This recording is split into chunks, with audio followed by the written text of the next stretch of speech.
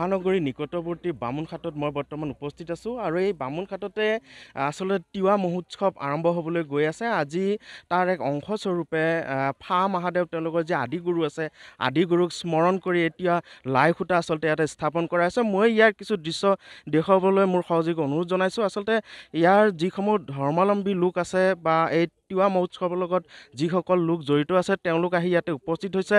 আচলতে ঢোলে ডগৰে আজিৰ এই ফা মহাদেৱৰ যি লাই খুঁটা, ইয়াতে লাই খুঁটা স্থাপন কৰা হৈছে।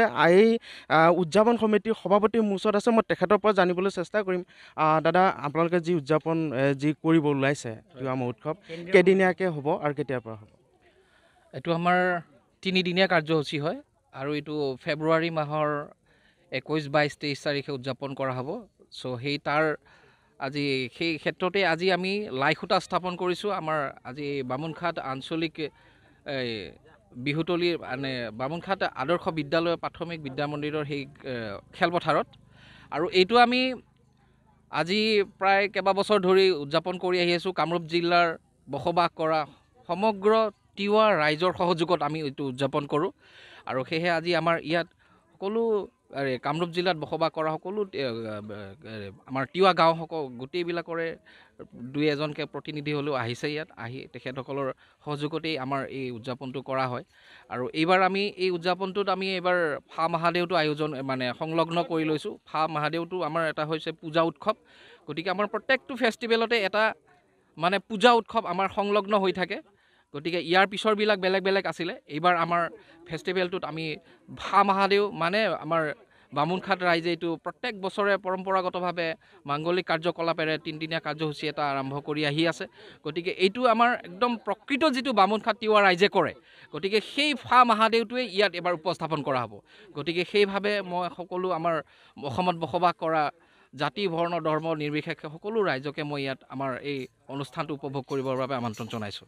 হয়, নিশ্চয়কৈ ক'বলৈ আছে খুব সুন্দৰ পৰিৱেশ আচলতে।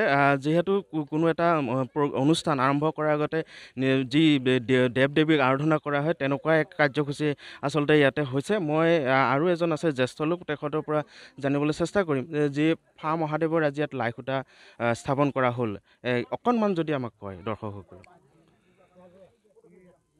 ফা মহাদেৱ আমি ক'ব নোৱাৰোঁ, অৱসমান কালৰ পৰা ফা মহাদেৱৰ পূজা আমাৰ তিৱাসকলে কৰি আহি আছে।